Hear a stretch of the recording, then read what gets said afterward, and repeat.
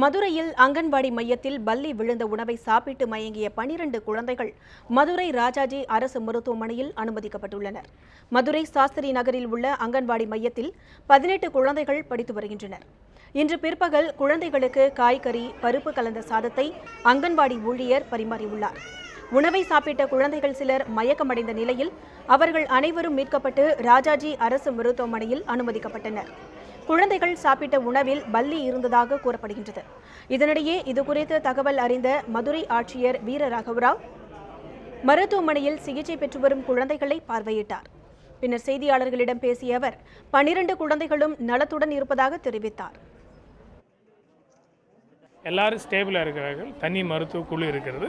அனைத்து பசங்க ஸ்டேபிளாக இருக்குது. அவரோட பெற்றோர்கள் ஸ்டேபிளாக இருக்குன்னு சாட்டிஸ்ஃபேக்டரியாக இருக்கிறாங்க. என்ன ஒரு பிரச்சனை இல்லை.